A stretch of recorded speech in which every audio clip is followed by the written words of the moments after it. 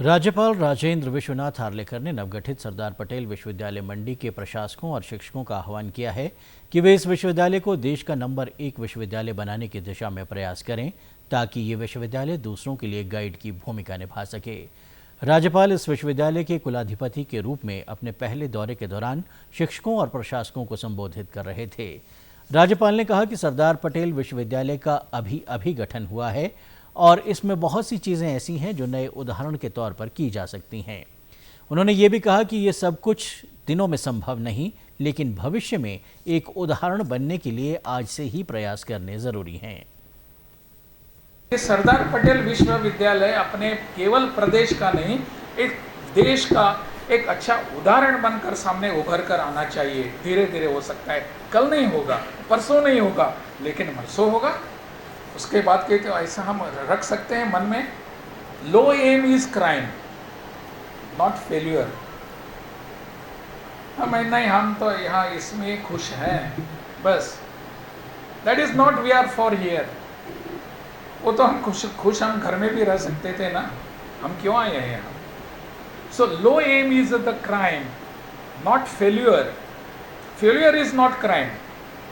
हमारी एम है कि सरदार पटेल विश्वविद्यालय को इस देश का हम प्रथम विश्वविद्यालय बनाएंगे। Today is that is time. आज है, वो आज है, it is today not tomorrow. आज अगर हम इस दिशा में विचार करेंगे तो मुझे लगता है कि इस विश्वविद्यालय में जो आप में पूरी क्षमता है, you all are competent to do it, and that competency has to be brought before all the public, all the society, and let us guide this society. Guiding factor कौन सा है? सरदार वल्लभ भाई पटेल यूनिवर्सिटी है। सरदार पटेल यूनिवर्सिटी हमारा guide है, ऐसा हमको लगना चाहिए। हमको लगा तो हम इस विषय को पूरे यहाँ के विद्यार्थियों में भी पहुँचा सकेंगे। राज्यपाल ने इस मौके पर शिक्षकों से संवाद के दौरान विश्वविद्यालय को आगे ले जाने के बारे में विचार विमर्श किया और अपने विचार भी साझा किए। हम बहुत बार अपने पुराने इतिहासों में तक्षशिला या नालंदा के उदाहरण देते रहते हैं। वो वास्तव में विश्वविद्यालय थे।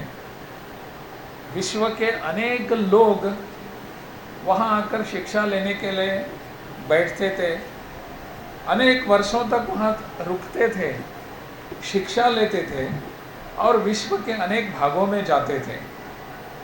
और इसी कारण अन्य कोई साधन की उपलब्धता न होने के बावजूद तक्षशिला या नालंदा जैसे विश्वविद्यालयों का नाम पूरे विश्व में फैला था। मैं इसलिए ये बात बता रहा हूँ कि उनका नाम विश्वविद्यालय के रूप में विश्व में क्यों फैला, क्यों गया, तो वहाँ के वातावरण के कारण, वहाँ के जो शिक्षा देने वाले जो अधिकारी थे, जिनको हम प्राचार्य कहेंगे, अध्यापक कहेंगे, उनके कारण ये नाम विश्व में चले गए।